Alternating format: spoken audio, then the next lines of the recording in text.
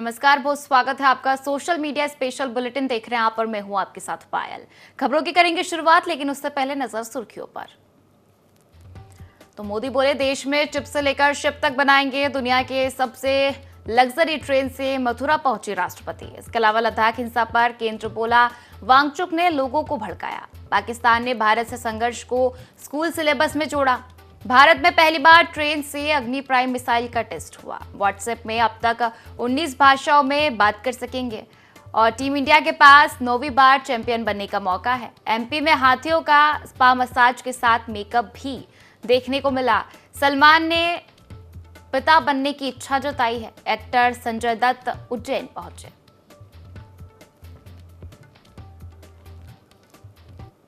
और चलिए अब खबरों की शुरुआत करते हैं, जहां पीएम मोदी ने नोएडा में इंडिया एक्सपो मार्ट में गुरुवार की यूपी इंटरनेशनल ट्रेड शो का शुभारंभ किया। उन्होंने कारोबारियों से कहा कि हम चिप से शिप तक भारत में बनाना चाहते हैं, इसलिए अपना बिजनेस मॉडल ऐसा बनाइए जो आत्मनिर्भर भारत को मजबूती देता हो।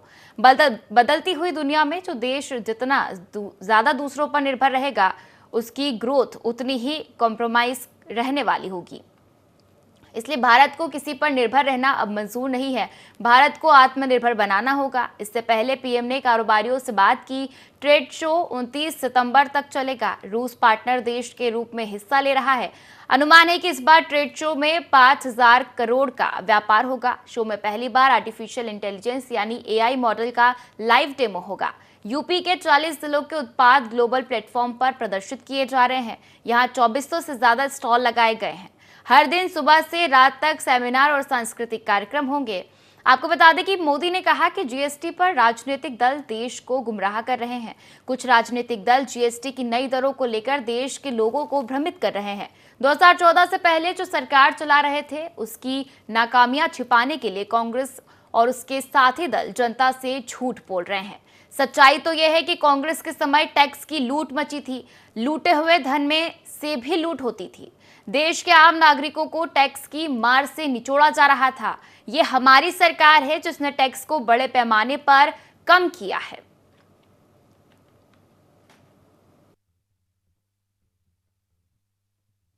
आप सभी जानते हैं, आज सरकार मेक इन इंडिया पर, मैन्युफैक्चरिंग पर कितना बल दे रही है।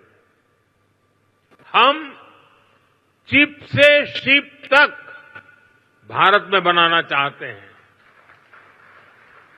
और इसलिए आपकी ईज ऑफ डूइंग बिजनेस के लिए हम लगातार काम कर रहे हैं। सरकार ने 40,000 से ज्यादा कंप्लायंस खत्म किए हैं। व्यापार कारोबार में होने वाली जिन छोटी छोटी गलतियों पर आपके खिलाफ केस होता था, ऐसे सैकड़ों नियम उनको सरकार ने डीक्रिमिनलाइज कर चुकी है। सरकार आपके साथ कंधे से कंधा मिलाकर चल रही है। लेकिन साथियों, मेरी कुछ अपेक्षाएं भी हैं जो मैं जरूर आपके साथ शेयर करूंगा। आप जो भी मैन्युफैक्चर कर रहे हैं, वो बेस्ट क्वालिटी का होना चाहिए। और खबरों में आगे बढ़ेंगे, जहां राष्ट्रपति द्रौपदी मुर्मू दुनिया की सबसे लग्जरी ट्रेनों में से एक महाराजा एक्सप्रेस से गुरुवार सुबह मथुरा के वृंदावन पहुंची। यहां उन्होंने ठाकुर बांके बिहारी मंदिर में दर्शन पूजन किया। इसके बाद वह निधिवन पहुंची। यहां वृक्षों की पूजा की और 500 मीटर परिक्रमा लगाई। राष्ट्रपति श्री कुब्जा मंदिर और सुदामा कुटी भी जाएंगी। वह गुरुवार सुबह 8 बजे दिल्ली से रवाना हुई। करीब 1.5 घंटे बाद यानी 10 बजे वृंदावन रोड रेलवे स्टेशन पहुंची। ट्रेन के 18 में से 12 कोच राष्ट्रपति और उनके स्टाफ के लिए रिजर्व रखे गए थे। इनमें presidential suite, deluxe sweet, restaurant, lounge और पावर कार भी शामिल है।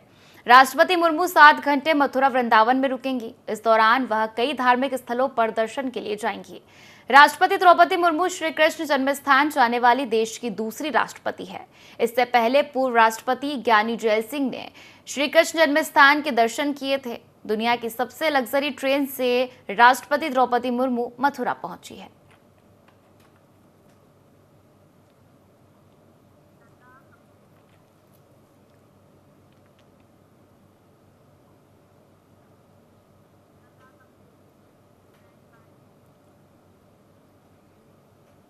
और अगली खबर का रुख करेंगे, जहां केंद्र सरकार ने लद्दाख में बुधवार को हिंसा के लिए सोशल एक्टिविस्ट सोनम वांगचुक को जिम्मेदार ठहराया।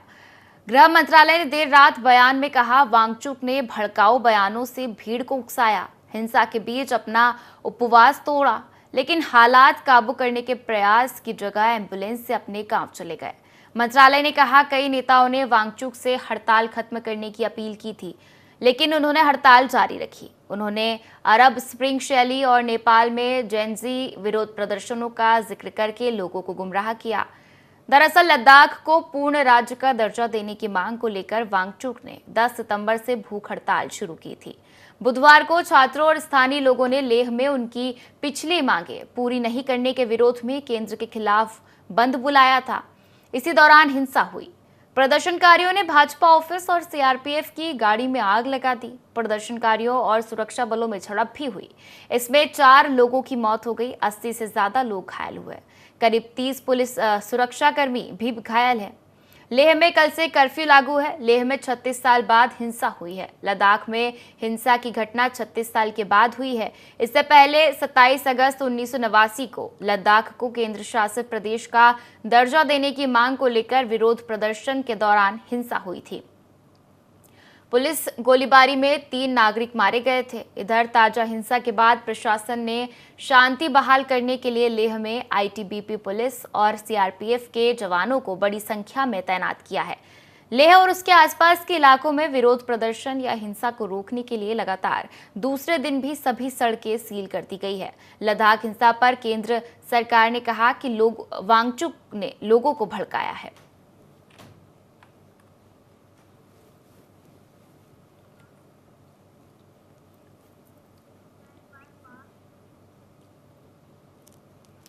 और पाकिस्तान ने अपनी स्कूल बुक्स में मई में भारत के साथ हुए 4 दिन के संघर्ष पर नया सिलेबस शामिल किया है, जिसमें तथ्यों को तोड़ मरोड़ कर पेश किया गया। मीडिया रिपोर्ट्स के मुताबिक इन किताबों में दावा किया गया है कि भारत ने बिना किसी कारण के 7 मई 2025 को पाकिस्तान पर हमला किया और कश्मीर के पहलगाम में हुए आतंकी हमले का झूठा आरोप लगाया। पाकिस्तानी किताबों में दावा किया गया है कि भारत ने युद्ध शुरू किया। पाकिस्तानी सेना ने जवाबी कार्रवाई में भारत के 4 राफेल फाइटर जेट्स और कई हवाई ठिकानों को तबाह कर दिया। अभी ये साफ नहीं है कि ये किताबें किस क्लास की है। आपको बता दें कि भारत ने प्रेस कॉन्फ्रेंस कर पाकिस्तानी झूठ एक्सपोज किया। भारतीय सेना ने 12 मई को प्रेस कॉन्फ्रेंस कर ऑपरेशन सिंदूर की सच्चाई दुनिया के सामने रखी थी। भारत ने सैटेलाइट तस्वीरों और वीडियो के जरिए साबित किया था कि उसने पाकिस्तान और पीओके में आतंकी ठिकानों को निशाना बनाया, न कि सिविल इलाकों को। पाकिस्तान ने भारत से संघर्ष को स्कूल सिलेबस में जोड़ा है और इसमें भारत के 26 ठिकाने तबाह करने का दावा किया और लिखा कि भारत ने आरोप लगाकर हमला किया है।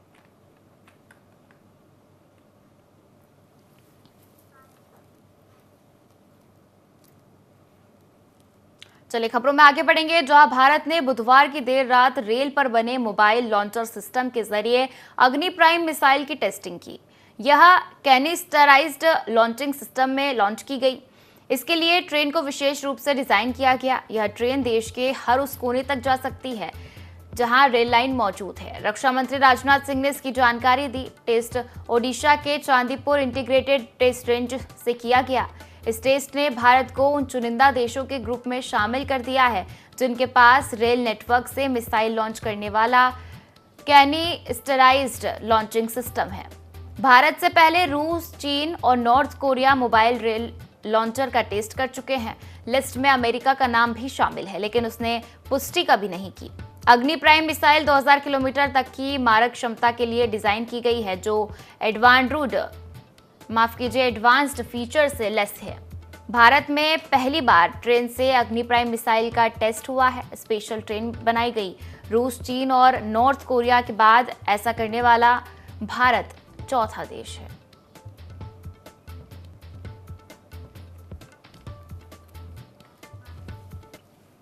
व्हाट्सएप से आप लोगों से अलग अलग भाषाओं में बात कर सकेंगे, क्योंकि मेटा ने इंस्टेंट मैसेजिंग ऐप में real time message translation feature roll out कर दिया है। इस फीचर से पर्सनल चैट, ग्रुप या चैनल अपडेट्स में आने वाले मैसेज को तुरंत अपनी भाषा में ट्रांसलेट कर सकेंगे। कंपनी ने ब्लॉग पोस्ट में इसकी जानकारी दी है। शुरुआत में यह सुविधा एंड्रॉयड यूजर्स के लिए 6 भाषाओं अंग्रेजी, हिंदी, स्पेनिश, पुर्तगाली, रूसी और अरबी में अवेलेबल है। वहीं iOS यूजर्स 19 भाषाओं में ट्रांसलेट कर सकेंगे। एंड्रॉयड यूजर्स पूरी चैट थ्रेड के लिए ऑटोमेटिक ट्रांसलेशन ऑन कर सकते हैं। इससे उस चैट में आने वाले सारे मैसेज अपने आप ट्रांसलेट हो जाएंगे। भारत जैसे मल्टीलिंगुअल देश में ये फीचर गेम चेंजर साबित हो सकता है, जहां हिंदी, तमिल, तेलुगु जैसी रीजनल लैंग्वेजेस बोली जाती है। व्हाट्सएप ने साफ किया है कि सारे ट्रांसलेशन आपके फ़ोन पर ही होंगे। कंपनी यूज़र का कोई डेटा नहीं देखेगी और ना ही उसे कहीं स्टोर करेगी। ये तरीका उनकी एंड टू एंड एन्क्रिप्शन नीति के मुताबिक है, ताकि यूज़र्स बेफिक्र होकर इस फीचर का इस्तेमाल कर सके। मेटा का कहना है कि यूज़र्स के पर्सनल चैट्स सिक्योर रहेंगे। व्हाट्सएप ने हाल ही में अपडेट्स टैब को अपडेट किया। इससे ऐप में अब आपको विज्ञापन भी दिखाई देंगे। यानी जिस तरह इंस्टाग्राम स्टोरीज पर कुछ स्टोरीज देखने के बाद विज्ञापन नजर आते हैं, वैसे ही यूजर को व्हाट्सएप पर कुछ स्टेटस अपडेट्स देखने के बाद विज्ञापन नजर आते हैं। कंपनी ने इस टैब में आने वाले 3 नए features channel subscription, promoted channel और स्टेटस में विज्ञापन की जानकारी दी है।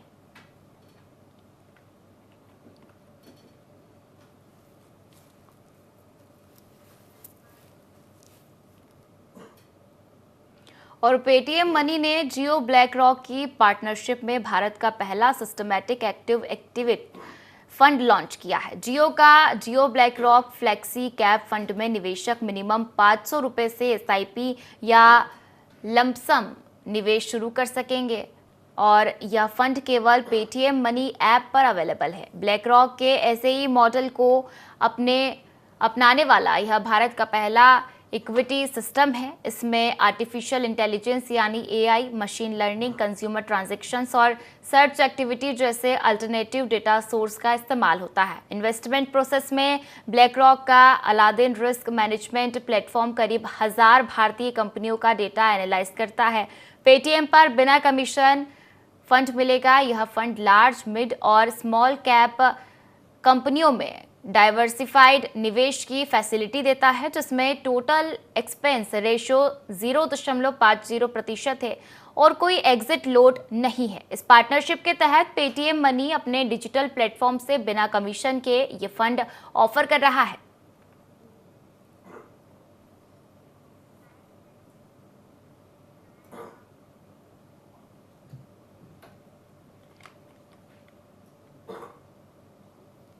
और भारतीय team Asia cup cricket tournament के फाइनल में पहुंच गई है। बुधवार को दुबई इंटरनेशनल स्टेडियम में खेले गए सुपर 4 के मैच में भारत ने बांग्लादेश को 41 रन से हरा दिया।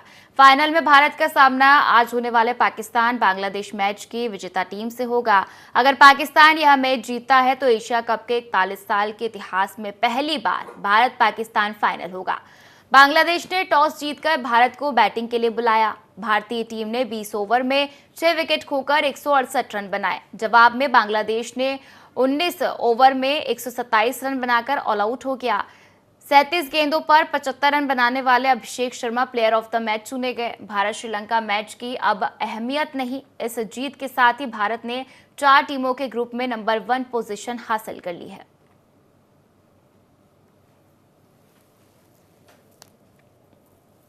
तो देखिए, श्रीलंका रेस से बाहर है। एशिया कप में क्या पहली बार भारत पाकिस्तान फाइनल मैच होगा। बुधवार को दुबई इंटरनेशनल स्टेडियम में खेले गए सुपर 4 के मैच में भारत ने बांग्लादेश को 41 रन से हरा दिया और फाइनल में भारत का सामना आज होने वाले पाकिस्तान बांग्लादेश मैच की विजेता टीम से होगा। और अगर पाकिस्तान ये मैच जीतता है तो एशिया कप के 41 साल के इतिहास में पहली बार भारत पाकिस्तान फाइनल होगा। बांग्लादेश ने टॉस जीतकर भारत को बैटिंग के लिए बुलाया।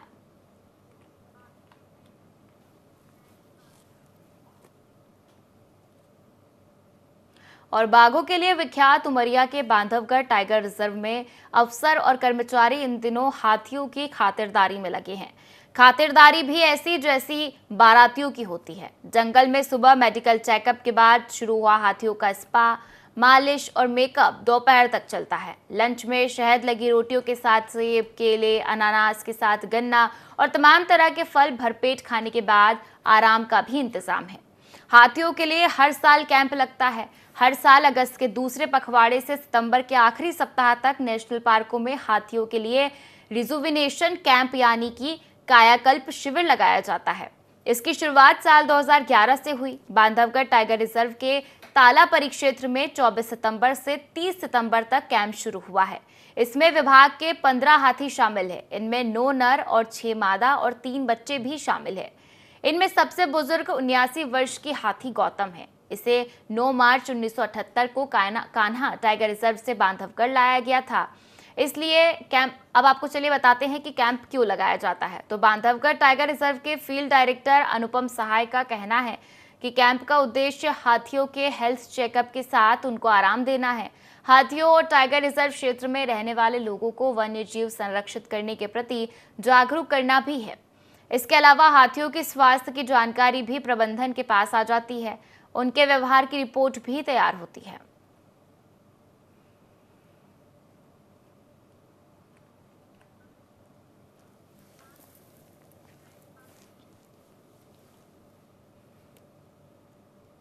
और खबरों में आगे बढ़ेंगे। जो एक्ट्रेस ट्विंकल खन्ना और काजोल के टॉक शो टू मच के पहले एपिसोड में आमिर खान और सलमान खान पहुंचे।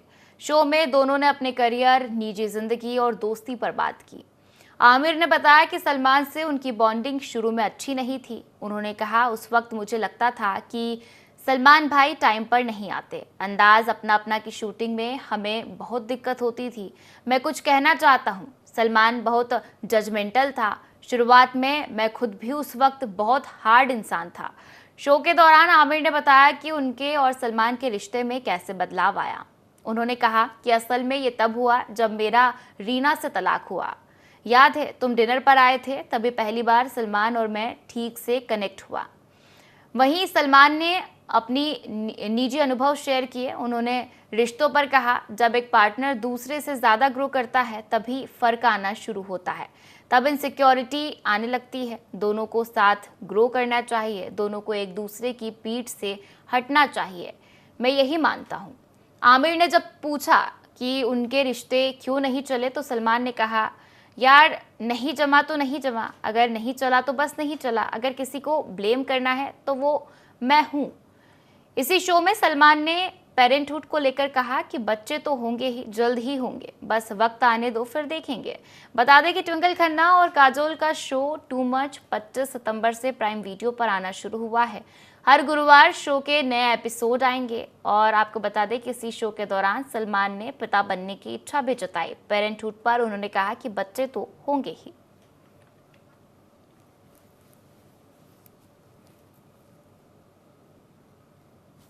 और एक्टर संजय दत्त ने उज्जैन के महाकालेश्वर मंदिर पहुंचकर बाबा महाकाल के दर्शन किए। संजय दत्त भस्म आरती में शामिल होकर भगवान महाकाल का आशीर्वाद लिया। बाबा महाकाल की नगरी उज्जैन में एक अलग ही रौनक थी। अभिनेता संजय दत्त महाकाल मंदिर पहुंचे और भस्म आरती में भी हिस्सा लिया। इस दौरान उन्होंने पारंपरिक भगवा वस्त्र पहनकर भगवान भोलेनाथ का पूजन किया। मंदिर के पुजारी अर्पित गुरु और यश गुरु ने विशेष मंत्रों के साथ पूजन विधि संपन्न करवाई। पूजन के बाद संजय दत्त ने मीडिया से बात करते हुए अपने अनुभव साझा किए।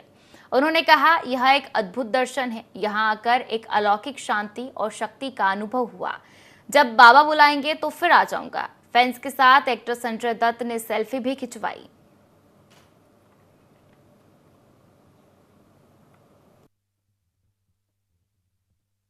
सौभाग्य है कि बाबा ने आज मुझे यहाँ बुलाया है और मैं हमेशा यहाँ आता हूँ। मेरे पास लफ्ज़ नहीं है बोलने के लिए, लेकिन जो एहसास हुआ है, जो शक्ति है, जब भोले बाबा बुलाएंगे तो सब आएंगे। मैं जो इतने सालों से कोशिश कर रहा था, आज बुला हुआ है। हर हर महादेव। और सोशल मीडिया पर आए दिन तरह तरह के वीडियो वायरल होते हुए दिखाई दे जाते हैं। इनमें से कुछ हंसाने वाले होते हैं तो कुछ हैरान करने वाले। इन वीडियो में अक्सर लोग अजीब अजीब तरह की हरकत करते हुए नजर आ जाते हैं। लेकिन इसी बीच अब एक ऐसा नया वीडियो वायरल हो रहा है जिसमें इंसान ने नहीं बल्कि एक जानवर ने एक ऐसी हरकत की है जिसे देखकर आप भी हैरान रह जाएंगे।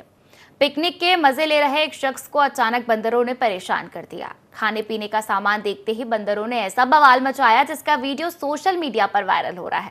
सोशल मीडिया पर वायरल हो रहे इस वीडियो में एक शख्स पिकनिक एंजॉय कर रहा होता है, लेकिन तभी बंदरों की गैंग उसकी दावत पर टूट पड़ती है।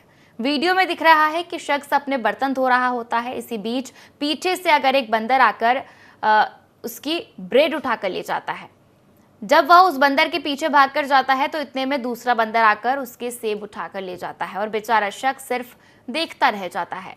वीडियो में उसका रिएक्शन देखकर लोग हंस हंसकर लोटपोट हो रहे हैं।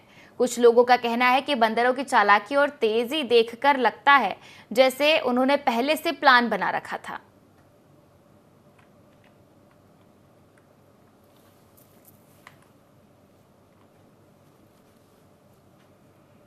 और सोने के दाम में आज यानी 25 सितंबर को गिरावट है। India Boolean and jewellers association के अनुसार 10 ग्राम 24 कैरेट सोना 352 रुपए गिरकर 1,13,232 रुपए पर आ गया है। इससे पहले ये 1,13,584 रुपए पर था।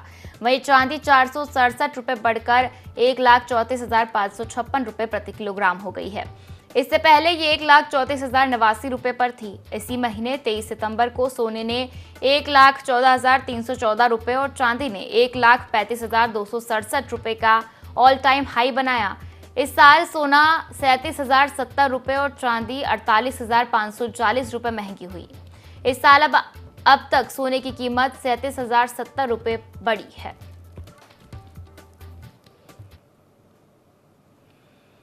और फिलहाल सोशल मीडिया स्पेशल बुलेटिन में बस इतना ही। आप बने रहिए IND24 के साथ। नमस्कार।